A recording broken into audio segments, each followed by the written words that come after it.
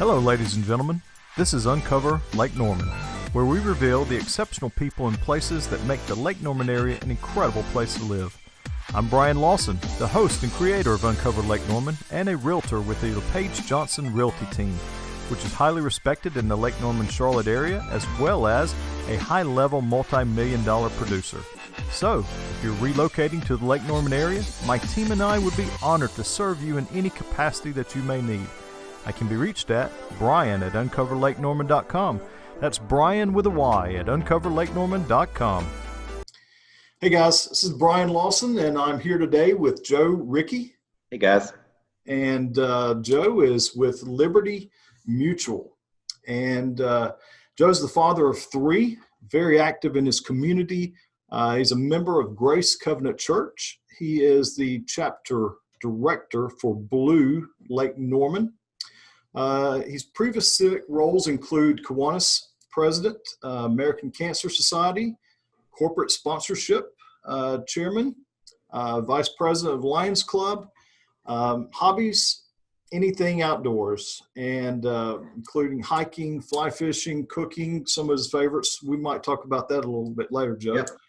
Yep. Joe's a seasoned vet in the business, one of the top P&C property and casualty agents. I guess that's P&C, right? Yep, property casualty. Agents in North Carolina, South Carolina. He loves helping families and individuals protect themselves from the unexpected. More importantly, he loves to be able to hold their hands when he does it.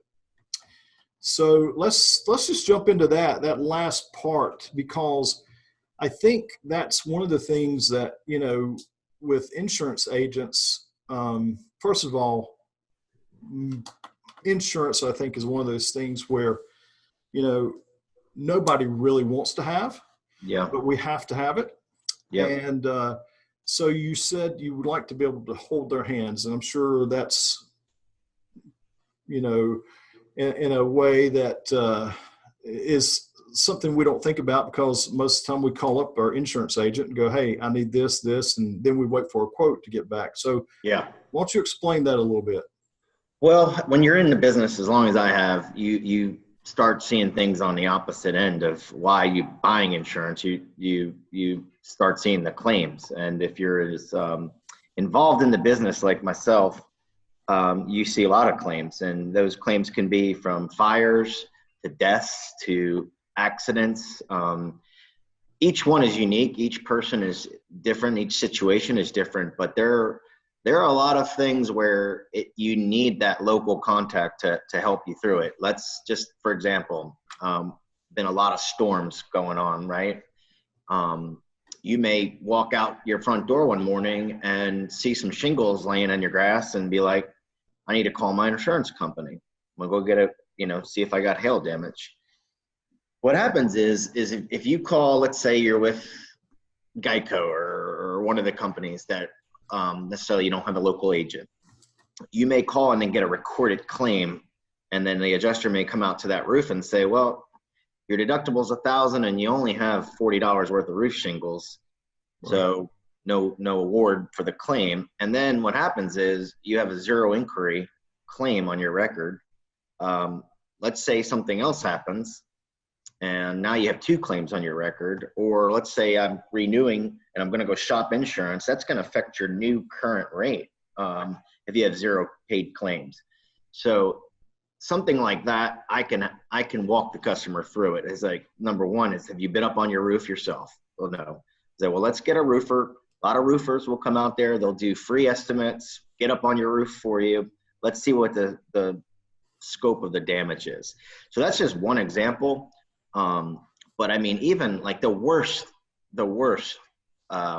is when there's a death, and then people are, I'm usually the first phone call, one of the first 3 phone calls, especially if there's life insurance in place, just to walk them through that, there should be spending their time grieving and being with loved ones and not worrying about bills and finances and arrangements. I mean, so that's where I'm able to work with, funeral companies or whatever to make sure that they know, hey, we've got this coverage in place. You do whatever they need, and here we go, and we'll usually try to process those claims very fast, usually Right. within weeks of the death Yeah. certificate. Give me a story if something comes to your mind of where that personal touch, when, let's say, someone's called in, because again, you don't need insurance until you need it.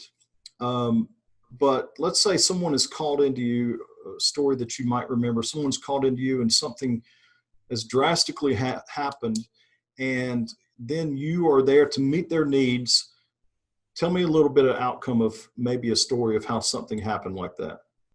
Yep. So I get the call, not so much on the life insurance side, but it happens. And this story takes place. I did home and auto, did a review for a customer, and she applied. We talked about life insurance and the protection needed. She had 2 kids in school, not in college yet, still minors. And she ended up getting one of the best ratings that a life insurance company can get. She was specimen of health perfectly.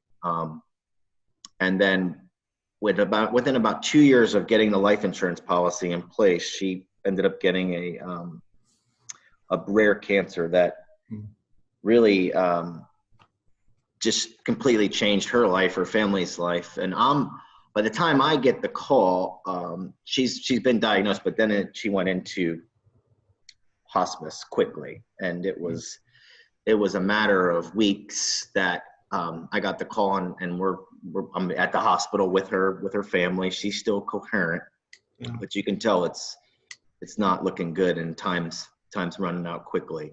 And that's when I was able to come in there and plan. So what are we going to do with this money? Number one is we had to get the money put into a trust. These girls are still under 18. We don't want them waiting until 18 years old to get a lump sum of money. Who knows what they're going to do with that? Right. So we were able to work it out into a trust where they can have money allocated to them per year in college, and all sorts of things that you can do beyond the grave in your power. It was an emotional roller coaster. But those kids are in college now and graduated, and it's just to see it come full circle, especially when somebody is extremely healthy and then life just changes them, and next thing you know, they're 2 weeks to live. And unfortunately, that's the world we live in sometimes. But it's stuff like that, going the extra mile to making sure they're just not going to get a disbursement check from hundreds of thousands of dollars and have that child sitting there at 18 with, who knows what they're going to do with that money at that point. So yeah, and I guess so that story probably sticks in your mind a lot too, because you have kids, right? Oh yeah. Yeah, I mean, it's number one, it's sad, but what I see them done, what I've seen in this situation, what they've done with the money is so awesome, to the remembrance of their mother, and just the testimony for the girls and how they were raised. It was an amazing story, and they're still doing things. They started a company in her name, and it's so awesome to watch what they're doing with the money. So, I mean, I couldn't imagine my kids they're younger. I have a college student now, but my younger ones, I mean, they're only 10 and 11. So I couldn't imagine them having to deal with that. So I try to make sure we do these trusts on the front end of the application. I try to work with attorneys and say, if you're going to create an estate of $1 million of tax-free life insurance, let's show where this money should go, so nobody gets a lump sum check. Yeah. And so that's really important. That's just one example. But. Yeah. So, as you're talking about that, I was just thinking about, and you, I don't know, maybe you think about this since you're in the business more or not, but I don't know if a lot of parents, sometimes maybe we fall short of this, but with that story, do you think about, okay, if something ever happened to me, are my kids prepared? And are there things that maybe, again, you're in that business, are there things that maybe you have done or think about sometimes and you try to go a little extra mile to help your kids be prepared for different things? Like I even think of sometimes even driving, right? When we're teaching our kids to drive, we maybe do some extra stuff to help them prepare for those things we don't want to happen, but could happen. Mm-hmm. So is there things that you think about with your kids?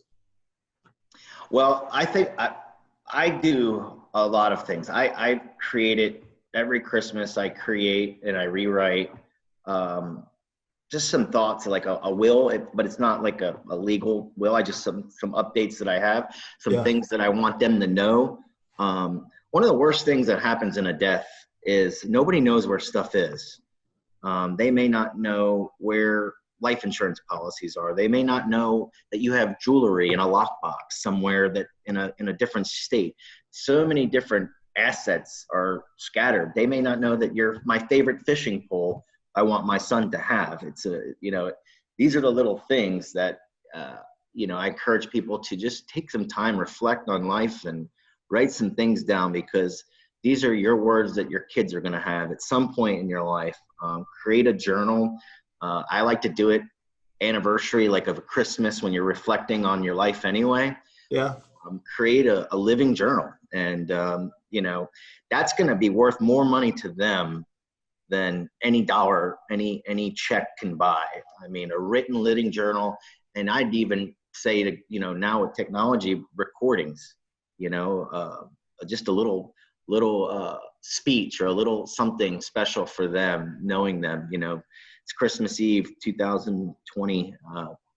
Here's reflect on last year. And these are some things, because life changes in an instant. And, I think technology-wise today, it's great because we can take pictures and capture video so much easier than we could be before.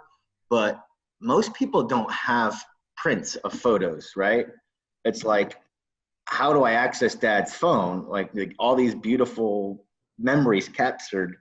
I'm one of the worst because I don't upload to Apple, backup support, things like that. So I make that a point to, because I know one of my favorite things when I go see my mom and dad is to dig out some boxes of old photos. And so I still like printing photos personally.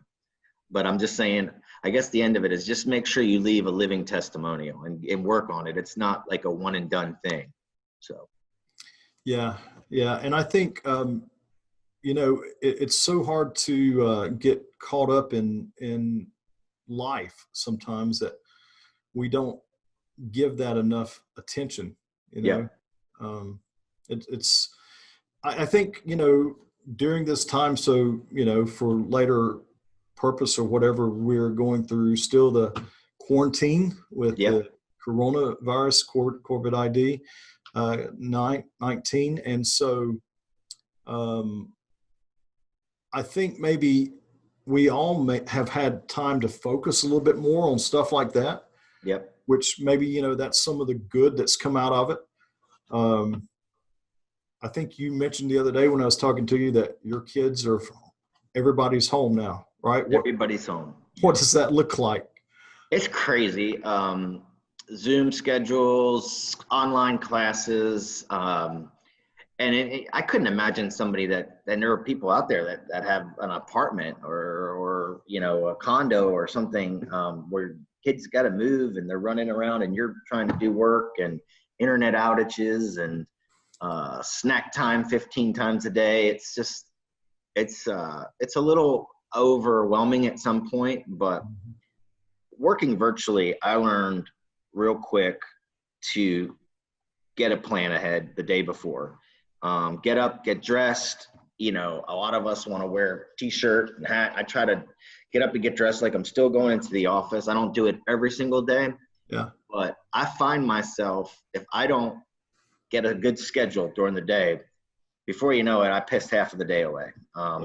Just by calling a call here, a call there. It's 5 o'clock and I didn't get really the activity that I needed to do to be productive and efficient. So I do it when I go to work. I mean, when I go into the office, I have a schedule ready to go from last night, And it's just so easy to drink that cup of coffee and sit in your pajamas and go out in the yard, and, you know, and next thing you know, it's time's a winding and the day's over. And when you're in sales, that's not a good recipe. So. Yeah. And, you know, I think people struggle with that. And I think that's probably been, again, during this time, one of those things that people have had to readjust. And there are a lot more people at home now. And so what advice would you give those that, you know, are struggling with that, get up and go? And what's your routine that, you know?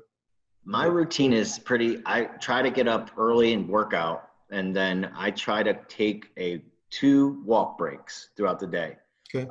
20 minutes just to get outside, collect my thoughts, enjoy some fresh air if it's nice out, and just a routine. Cause you're not, like, if I'm at work, I'm walking all over the place. I'm talking and walking, I'm moving. And when you're at home, you're not. And so that can feed into depression, and then that can feed into anxiety and all sorts of other bad things. So I know people that professionally work from home, and this is what they do. They take breaks during the day to exercise, whether it's 20 minutes, 10 minutes, it doesn't really matter. Because if I'm at my office, I'm walking, I don't know, so many more steps than I am when I'm here. And so you gotta change that behavior. And then mindset is everything. So if you're not focusing in the morning on something that's positive, and looking forward to, you know, planning and next week and future events, and just doing something that makes you happy, it's going to be tough to keep a good mindset. And then that once that negativity creeps in, it's like a spread. It will just spread through people you talk to, people, your children, and so many other things. So I try to be as positive as I can. I get knocked down all the time, but I get back up. Yeah. So also, when I was talking to you one time before, you said that, you know, being at home is good, but it's also good to be back in the office, because there are people that you are mentoring. Mm-hmm. And it's important for them to listen to you talk, you know, how you talk to other people. Yep. With sales and stuff like that. And with mentoring, I think, you know, there's different ways to look at it. One, I think that we need to mentor some people, and then we also need mentors. So what does that look like if you're at the office? Who are you mentoring right now? Well, I have about 3 young guys around me, within cubicles, right, all within a circle from me, that look up to me being on the phone with the customer, because it's a different conversation. And I don't mean like I'm great and I'm smart and all that. I just mean the conversation flow, as long as you're in this business, is just different. Like, I don't talk to a customer and just get right to the point, talk about product. I do relationship building. I talk kind of just like I'm talking now, just like I'm their brother, father, friend, you know. And it's a difference of how you treat people, whether they have $1 in their pocket or millions of dollars in their pocket. I just create a non-robotic delivery when I'm talking to somebody. A lot of these guys come in and they're taking training seminars, and they're all scripts in their head, and they learn the script, and then they talk to the client. Well, here's your auto limits, 100. It's all robotic, and it's not, you know, at the end of the day, the client is purchasing a product that they have to have, but doesn't mean it can't be a good conversation. Like, I look forward to talking to them, or somebody like, oh, I don't want to deal with this today. And, you know, or then you get the guys that's leaving you the voicemail that's completely scripted. Most people just hang up, you know? So yeah. It's taken me years to fine tune that, you know, emotional intelligence. I don't know what the word is to call it, but I've been involved in these people's lives and families. And so you do talk to them almost like they're your relatives. Right. You know, right. It's a little different. And these guys look up to that because they hear that, catch on to tone and word, and activity. I may be making 30 calls in an hour to their 5. And they're like, oh, wow, there's no way I want to do what he does. I need to do it. Right. So, right. What part of constructive criticism is a part of that? there's a lot. Usually at the end of a phone conversation, I'll never interrupt them until the conversation's over.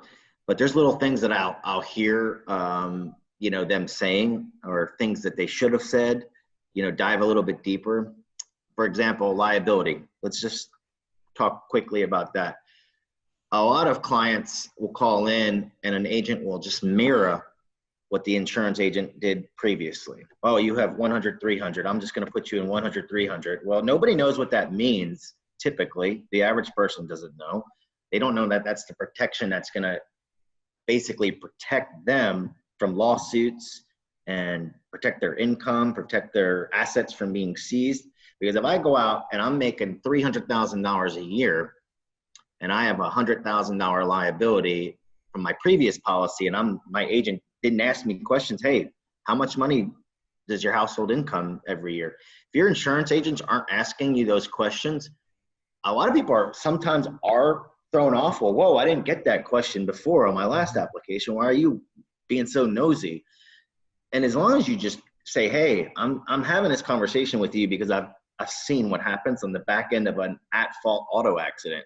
If you go out and ream 3 cars in Charlotte, cars are like 50, 60 grand. If you go out and do a 3-car accident, God forbid bodily injury, you only got $100,000 here protecting you. And what's going to come next is that $300,000 income of yours is going to have a garnishment for a long time. And it's not going to be a pretty garnishment. People will sue you, and make no doubt about it. I mean, if you caused the accident, it's one of the easier lawsuits to go after.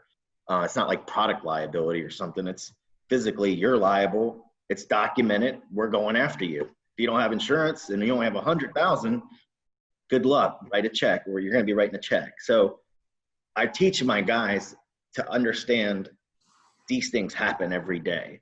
And let's make sure we're talking to our clients about assets and liabilities, not to upsell them, but to make sure that they're covered correctly.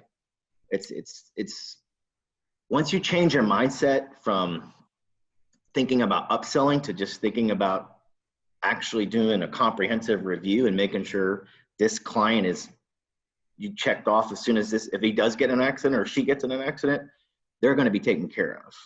So I think, not just with insurance, of course, it's definitely with insurance, but I think it is a mindset thing, because if you're in sales, any type of sales, and your mindset is, what can I get out of this person? What can I, how much money can I get from them for their policy, from them? If that's your mindset, you're not going to go very far, and you've got to work really hard to do that, and you have to be really scripted, right? Yep. And you've got to become more like a machine. Whereas if you are genuinely concerned about people, and it's not the upsell that you're trying to do, but you're just trying to evaluate where they are, you're trying to evaluate every need that they might have and just give it to them, and then let them be able to make the decision.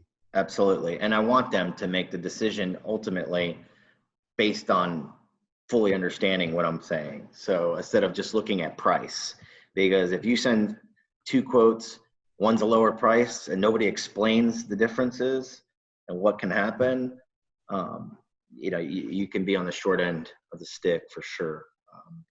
So teaching things like that, that's at real office. They're not getting that from me right now.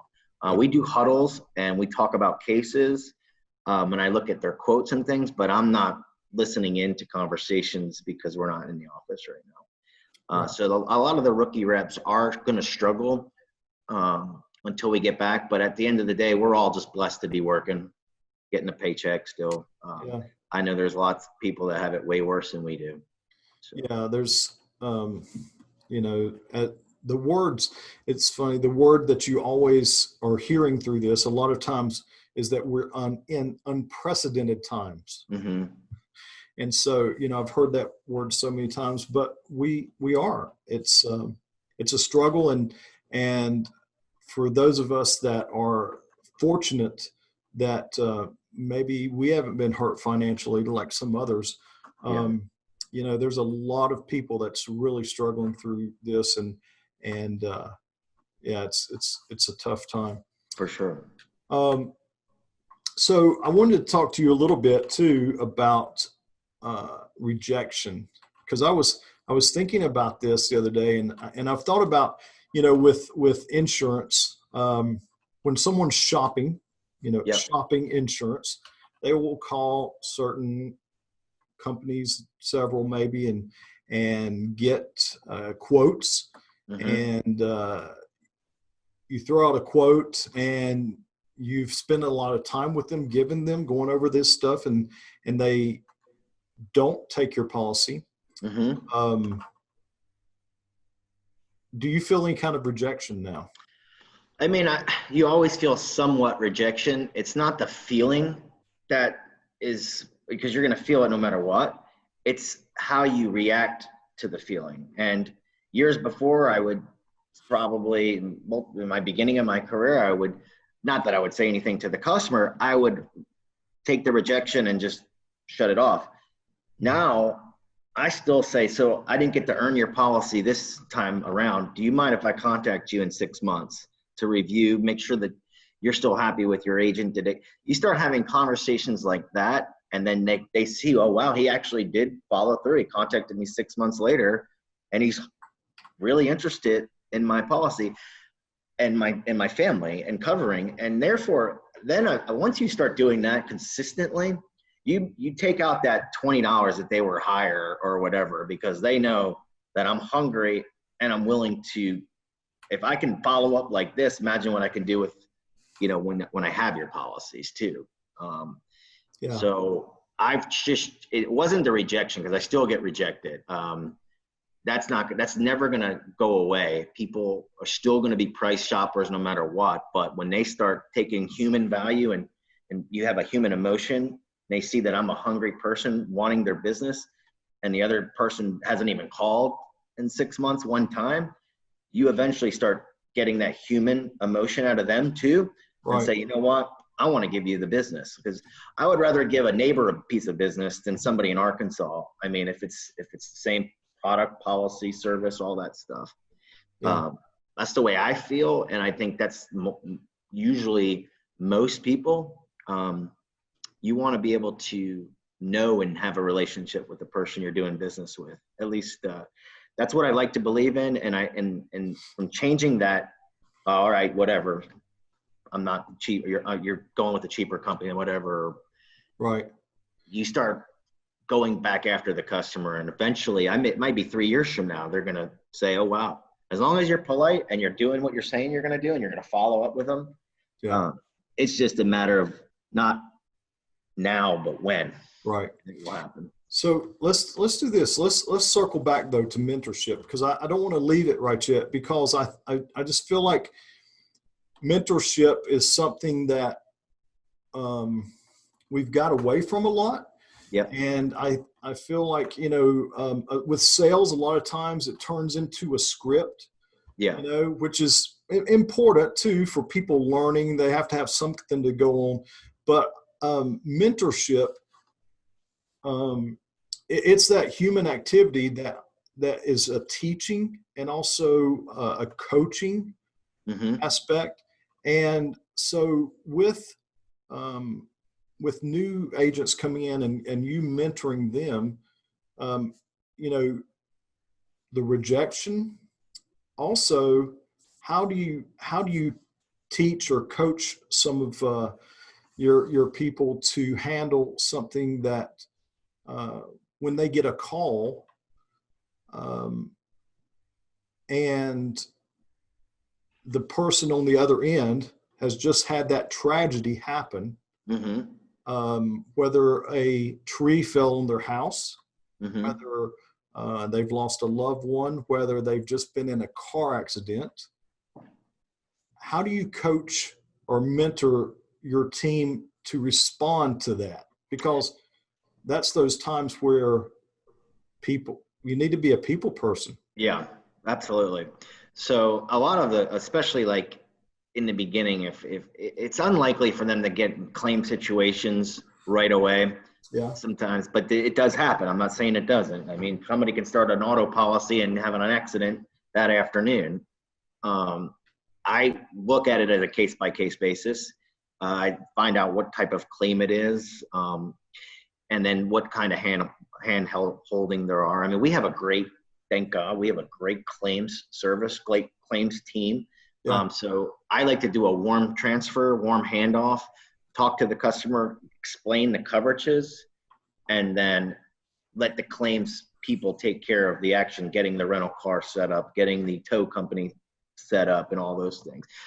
But if I feel like it's an emergency situation, for example, they're on their way to their job, and they got in an accident on 77, then to call an 800 number and go through that, they may not get to their job in 2 hours by the time a rental car company. So I can call Hertz locally in Huntersville, get their rental car set up, get an Uber for the people on the side of the road, bring them to Hertz, have the tow truck lined up, all done within like 30 minutes.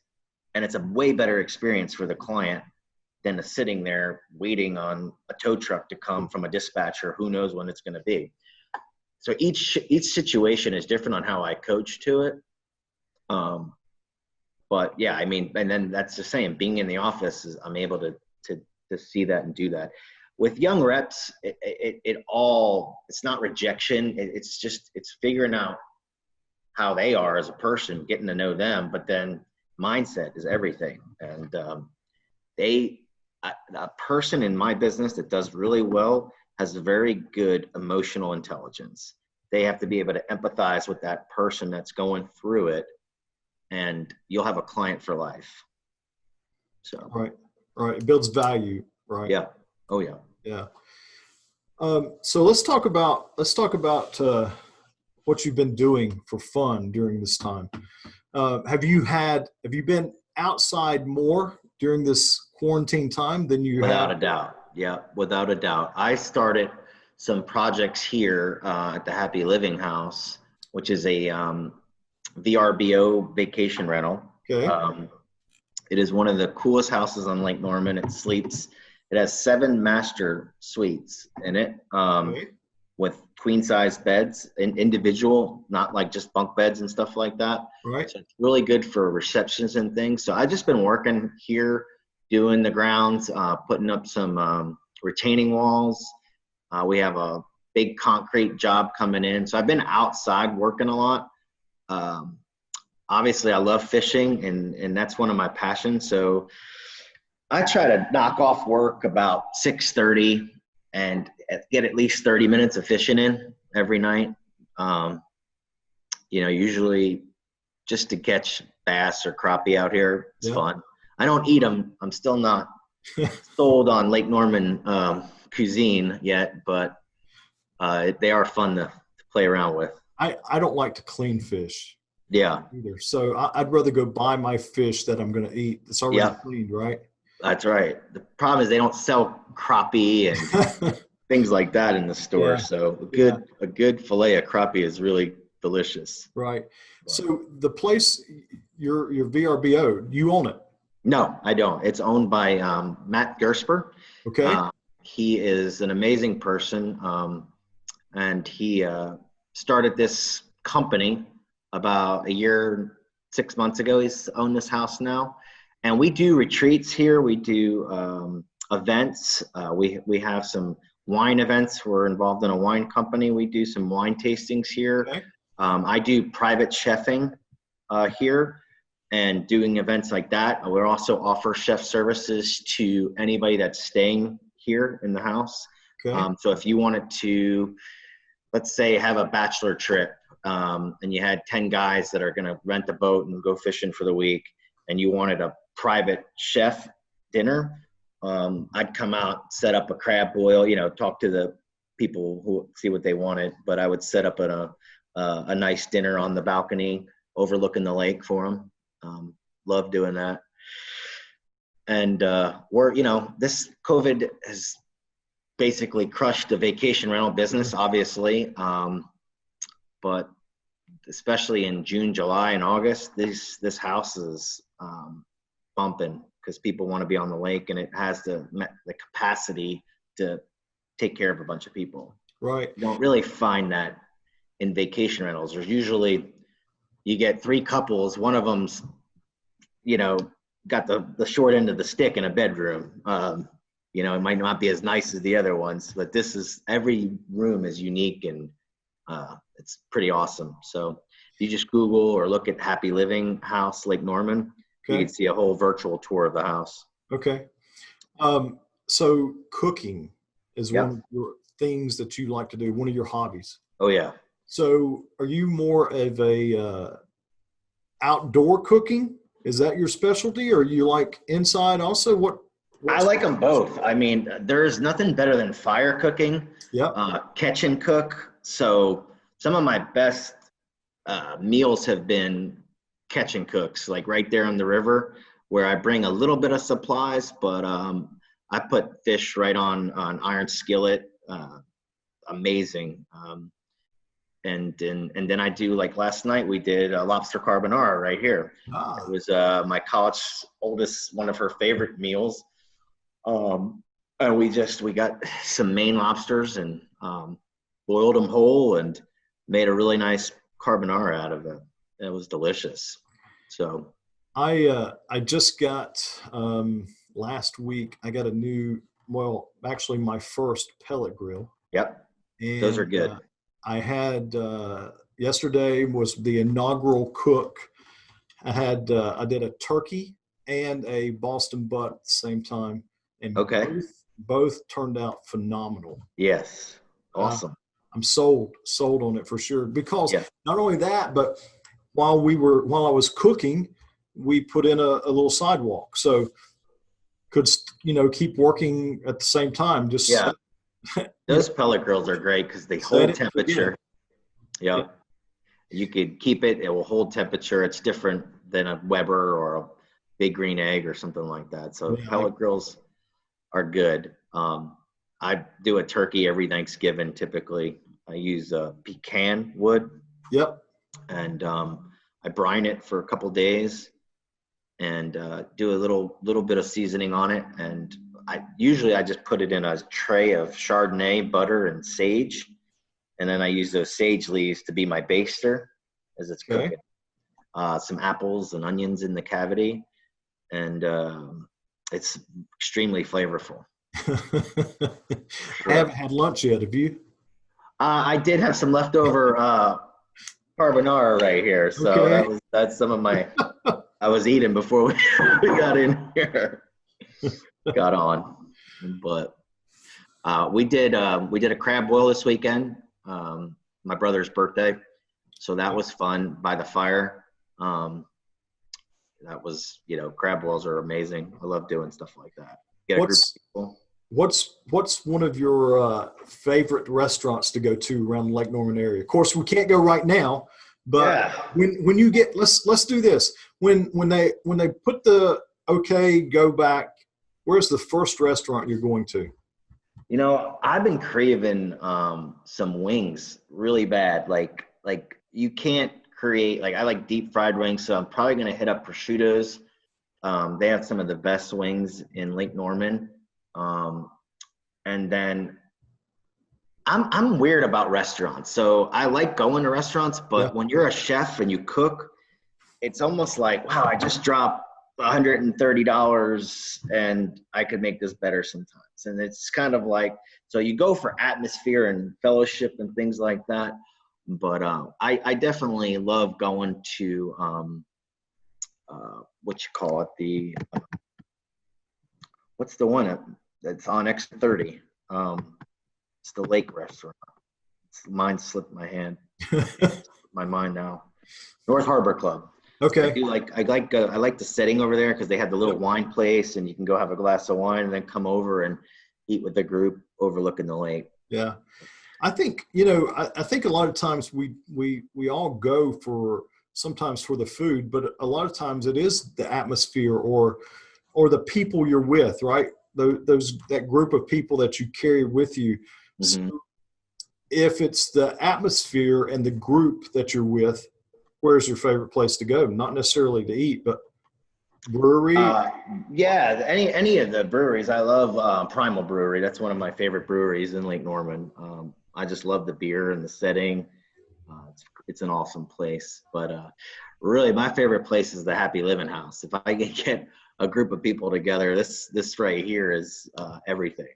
So Right. we've got a great patio and a really nice dock, and it's just an awesome place to have a group meal. So When's so have you already made some plans for when things were, let go, having people over? yeah, I mean, planned? they're still booking. So June has some bookings. Nothing's been changed right there. So we're thinking about June is we've got a few bookings there. So we're gonna be open. Yeah, unless something else changes. I would imagine that the state is going to start opening back up in tiers. I hope they do, and I really hope that some of these small businesses can open up soon. Because at the end of the day, people are out, and they're out right now. They're not staying at home. There's so many families out and about every single weekend. So I don't want to get into the politics of the disease and everything. I do just hope warmer weather brings more businesses open doors, and we can just get back to a little bit of life like it used to be. Right. Well, Joe. Now the nurses and doctors would probably slap me, but I think we all agree we want to get back out into the real world as soon as possible. But safety. We're social beings, right? Yeah. For sure. Well, Joe, hey, it's been great having you today. Yeah, buddy. On Uncover Lake Norman, and we'll have to get back together soon, and hopefully we can get together and have a beer or something like that. Absolutely. And catch up. All right, man. Thanks for having me. I appreciate it. All right. Have a good one. Take care. Hey guys, thank you for sharing your time with me today on another episode of Uncover Lake Norman. And again, if you have any real estate needs, get in touch with me. I'll make it happen for you.